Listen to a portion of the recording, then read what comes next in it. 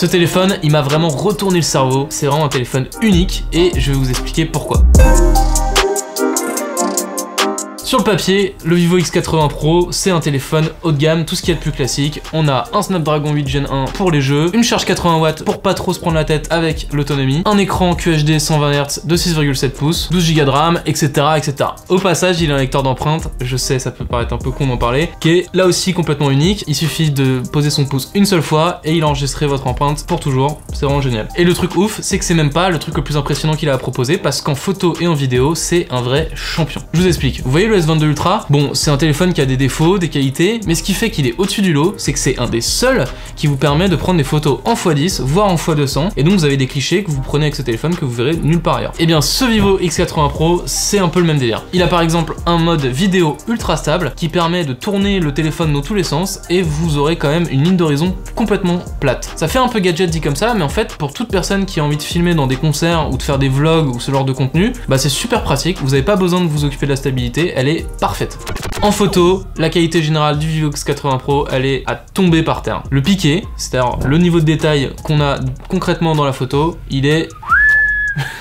Je vous laisse regarder tranquillement, il y a des détails partout, là les feuillages ils sont nickel, la plage dynamique elle est super bien gérée, c'est vraiment du très beau boulot. Au global, le capteur principal, retenez qu'il prend des photos qui sont quasiment tout le temps réussies. Vous avez ce truc un peu spécial qu'on trouve juste sur quelques téléphones. Chaque photo que vous prenez avec ce téléphone, elle vous donne l'impression que c'est exactement ce que vous avez sous les yeux. C'est un peu plus compliqué que ça en vrai, mais vous avez vraiment ce sentiment de capter la réalité et c'est super agréable.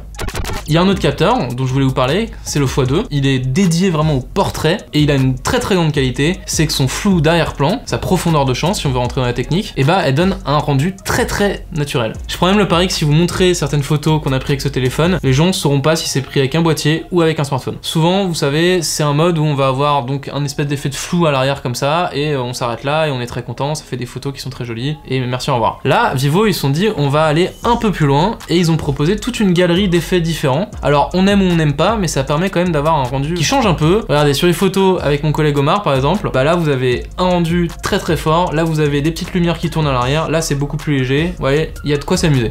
En basse lumière, globalement c'est un peu plus compliqué. Parfois vous avez des clichés qui sont vraiment complètement ratés, mais claqués au sol, soit vous avez des clichés qui sont super réussis. Ce qu'il faut retenir, c'est que si vous avez l'occasion de prendre 3 ou 4 clichés de la même scène, vous en aurez forcément un qui réussit, et il est même en général très réussi. Vous me direz, c'est bien beau, il prend des super photos, il y a un super piqué, et bah c'est pas le seul, il y a plein d'autres téléphones qui le font, et vous avez raison, mais là où il se démarque vraiment, par rapport à un Pixel 6 Pro par exemple, ou un iPhone 13 Pro, c'est que lui, il a un téléobjectif x5. Et là encore, la qualité du x5, et bah elle est juste ma boule. Vous avez des clichés super détaillés, avec là encore un niveau de piqué qui est très impressionnant. Ça m'a fait un peu le même kiff que un S22 Ultra par exemple. Vous voyez une scène un peu éloignée de vous, vous passez en x5, et hop, vous la capturez, et la photo est super, et vous en souviendrez.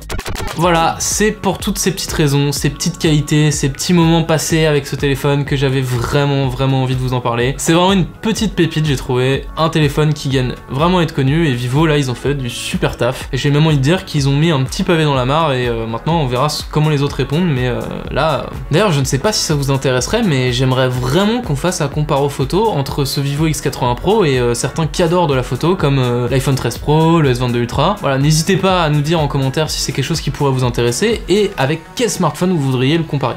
Voilà, c'est tout pour cette petite review du Vivo X80 Pro. Si jamais vous voulez plus de détails sur ce téléphone, et bah, je vous invite à lire mon test ultra complet qu'on vous met en description. N'hésitez pas à vous abonner bien sûr à notre chaîne YouTube, mais aussi à tous nos autres réseaux sociaux. Je vais pas tous les citer, vous les connaissez. Moi je vous dis à très bientôt sur Frandroid. Boujou.